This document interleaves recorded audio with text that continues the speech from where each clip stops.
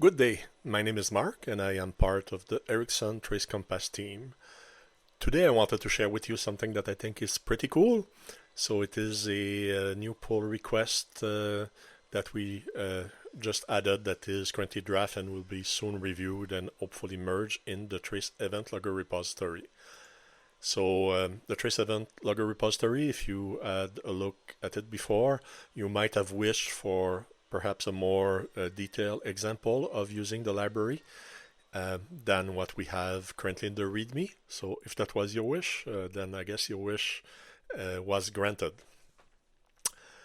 Before we go on to look at the pull request, I just wanted to note that in this example we use the async file handler, which is one of the more specialized handlers that we make available in the library. So this one here is designed to be more performant versus the just regular Java util logging file handler because it provides a separate dedicated thread to do the serialization and the logging to file or flushing to file of the log entries. So this is a rough estimate of how much more performant it is. Your mileage may vary. This is on specific hardware, blah blah blah. So yep, we go to the pull request. So this is a little application or simulation around a toy loading LRU cache. The loading part just means that when you create the cache, you provide it with a callback function that will be used to load a value if it's not already in the cache.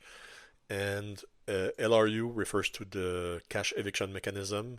It stands for least recently used. So if the cache becomes full and then another element needs to be added to the cache will first discard the element that was the least recently used to make space and then add the new element. So let's go quickly in the README that is at the comes with the example. I wanted to mention a couple of things. First, this is inspired from a real-life investigation that we did internally. So it was about a very configurable and very used application that has one or several even LRU loading LRU caches, but one specific cache was came under suspicion of being at least the cause or one of the causes of some slowdowns that were observed once in a while. So I want to mention the simulation parameters. So the application, the little example, will support some command line parameters to configure how the simulation is run. They are here and they can also be provided in the PUM file for easy run.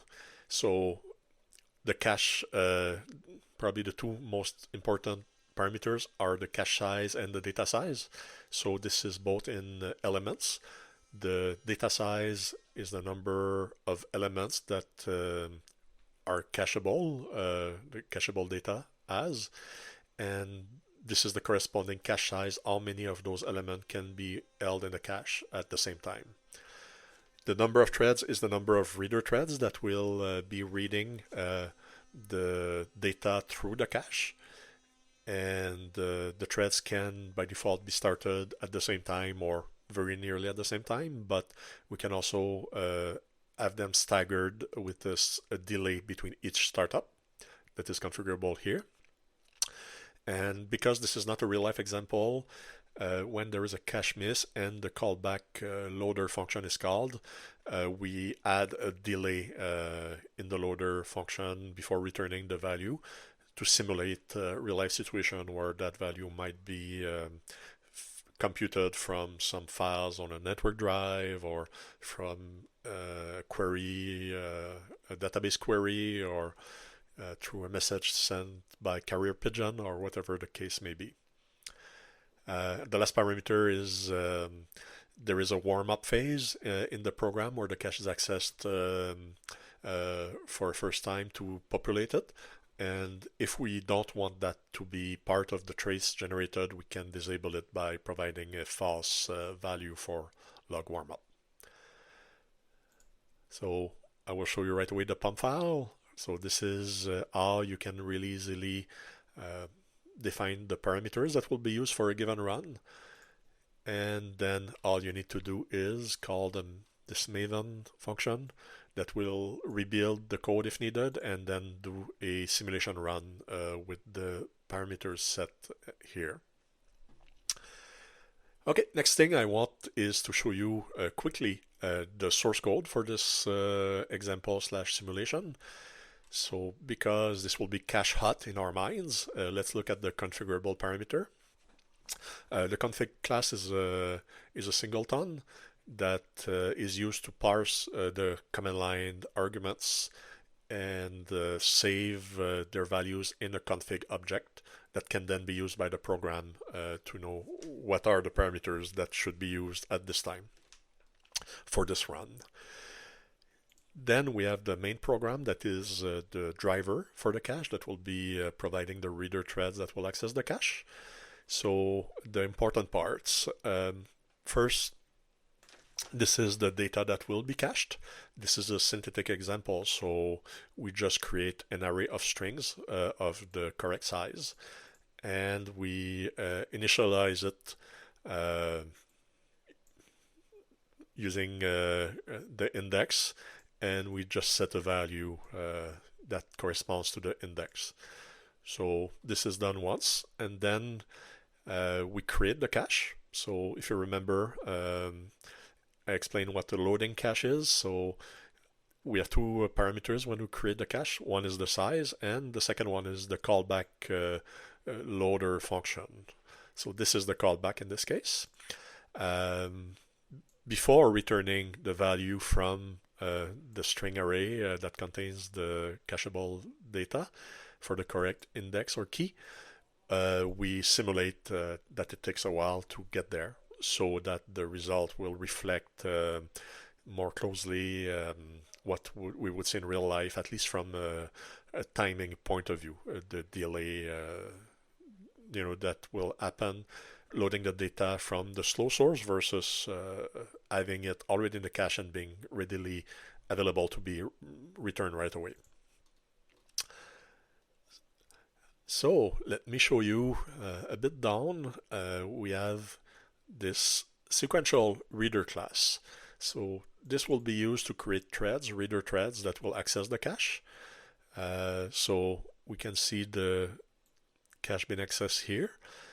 One peculiarity of this reader, as the name suggests, is that it is sequential, meaning that it will always access all the cacheable elements, the whole cacheable structure from element 0 to element max size. This reflects the real life situation for the cache that we were suspecting in the internal application.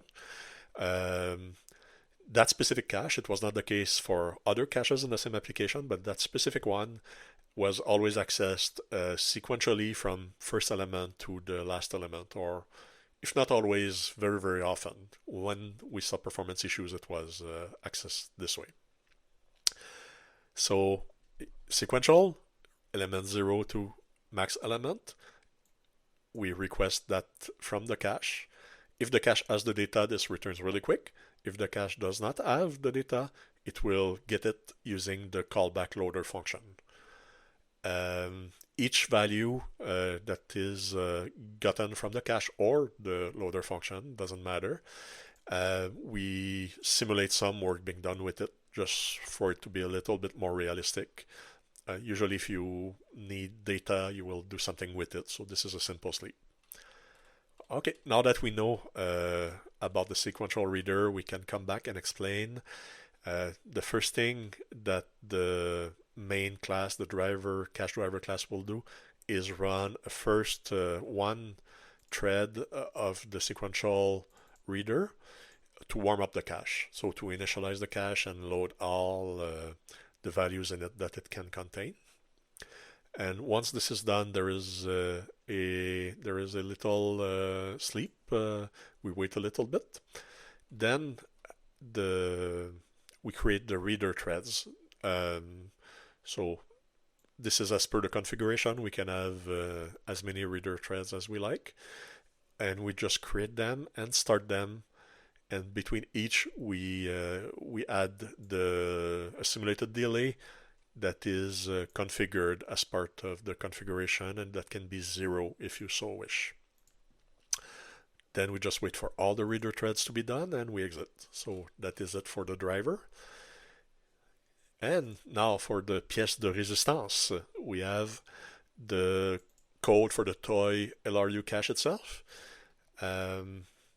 I would advise not to take it too seriously. We try to make it thread safe and so on, but it is probably not a good idea to use this in production. It's meant to be a toy.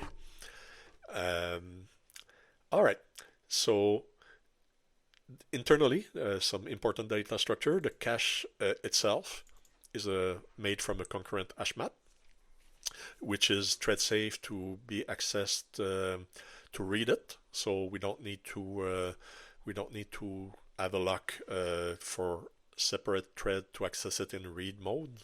That's fine. When we want to write to it, to simulate or to come close to the cache that was used in our internal application, we want to lock it. So when we have a cache miss, we will use a lock for that specific cache entry. So we need to have an object that contains all those locks.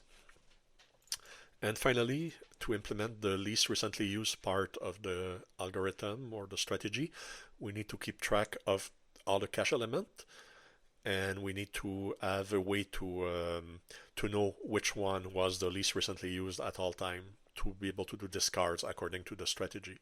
So this one, we use this linked hash map. So when you add to a linked hash map, it keeps the track of the order, and it will add at the end of it.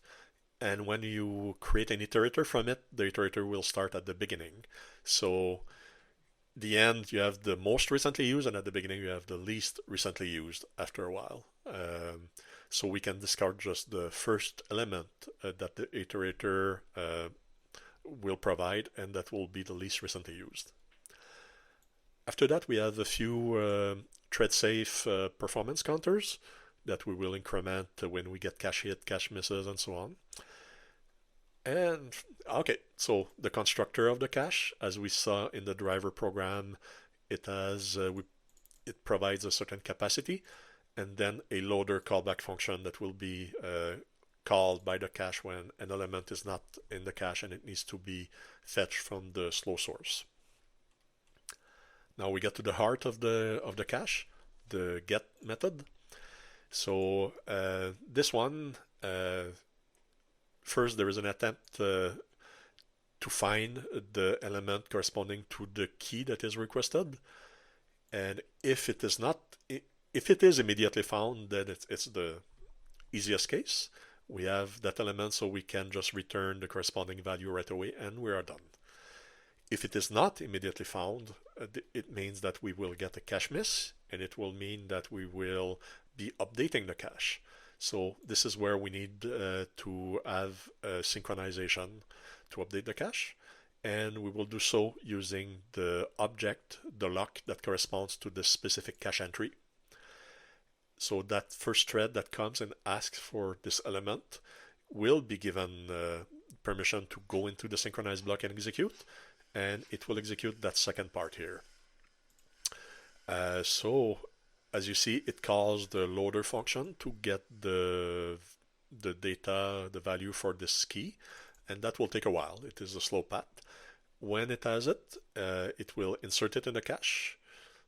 So the insert function is lower down, and then it will exit the synchronized block. If in the meantime other threads, one or more other threads, have requested the same element from the cache, they will not find it, and they will just wait at the synchronized block. Once the original thread has exited, it has updated the cache, it has exited, any thread that was waiting for the same cache entry will be let in one by one. The difference is when they request the value from the cache, they will succeed. So they will then we update the LRU structure to reflect that this value was just used very recently, and we return it. So yeah, I think that's that's good enough quick explanation for how this works. So to finish this video, let's try a couple of runs of the simulation and show what the traces captured look like. So if you remember, we have the configuration here. This is good enough as a first example. And in the README, we have the command to run it. So we will execute the simulation this way, and it will use the values from the pom.xml. Okay, so in this specific instance, we have the cache that is big enough to hold all the data elements, and we run just one reader thread. So it's not too surprising, but we get a 100% cache hit, 0% cache miss. Let's look at, let me mention, when you run the simulation, it creates a trace.log file in the traces subfolder. This file needs a bit of messaging before being loaded in the trace viewer. It is not quite valid JSON. So it is, you can see in the README how to achieve that. Basically, you just call the JSONify script in the root of the repo. You provide it with the generated log file, and you save it in another file that this file will be loadable in the trace viewer. So I have already run that before, so we can just go ahead and look at the result in the trace compass trace viewer for, in this case, it's for TEA, but we could have used also the trace viewer for VS Code, available in the marketplace and for both VS Code and VS Codium and so on. Or we could have used the classic trace compass that is available as a standalone application in the download section on our Eclipse download site. Okay, so this is the trace. We're visualizing the trace of this run that we just did.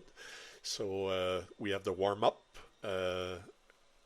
part where let's zoom in just a little to see what is going on. So we have the reader thread going through its various iteration from 0 to 24, and the cache is empty at the beginning, so each iteration will end up in a cache miss, and the value will be loaded using the loader callback.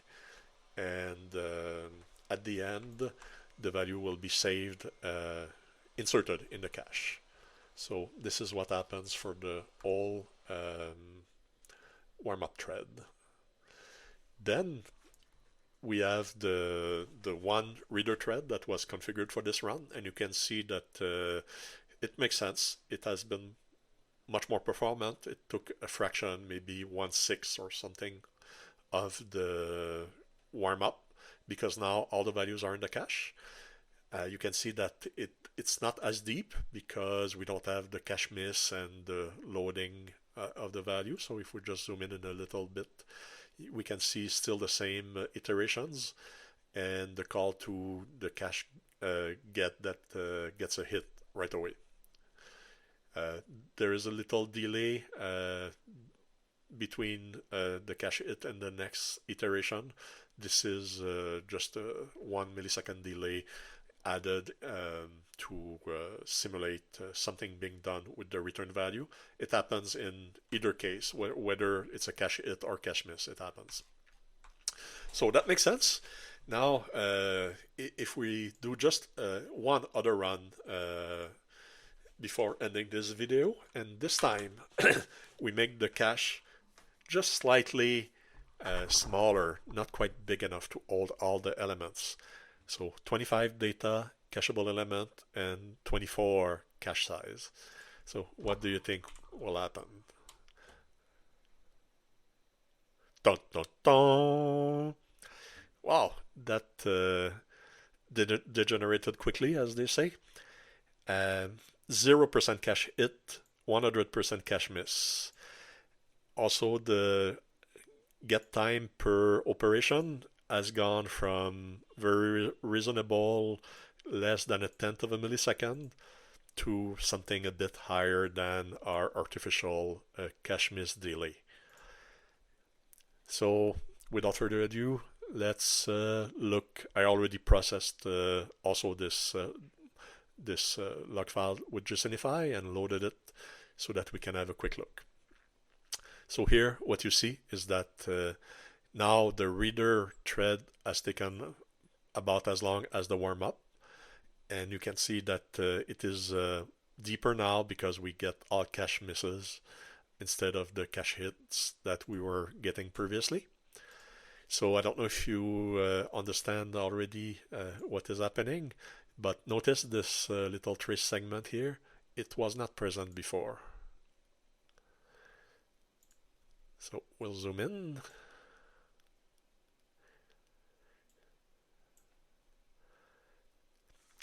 So at the last iteration of the loop, we when it comes time to insert the 25th or index 24 element in the cache is full because it is only size 24 and there's 25 elements. So we need to eject a value from the cache. Sorry. So at this point, the least recently used element in the cache is element 0 that was first inserted and not used since it was inserted. So we eject element 0 from the cache here, and the warm-up is done. Then we move on to the reader 1. It is a bit unfortunate that we ejected element 0 because the reader thread will right away ask for element 0. So instead of being provided right away, it will need to go through the slow path. And double unfortunate to insert element 0 in the cache that is full again at this point, we need to eject another element. And triple unfortunate that other element is the least recently used at this point, and that least recently used element at this point is the second one that we inserted, which is element 1. Furthermore unfortunate is that it is the element that will be asked right after. So you can see the pattern. Even though the cache has 24 of the 25 elements in it, the algorithm combined with the fact that we access the cache sequentially, always in the same order, means that we will always eject the element that will be needed in the next iteration. And for each iteration of the reader, we will get a cache miss and the slow path of loading it and ejecting the next value. So we will wrap it up here for now. My plan is to have probably a follow-up video, or it might be in the form of a tutorial, it's not decided yet, that will further dig into using this simulation.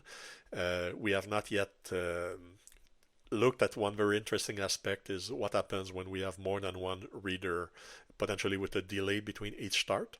So you can, if you're curious, have a look yourself, looking at the pull request in the repo that I showed you, pull request number 66, or you can wait for the follow-up. Thank you for your time, and goodbye.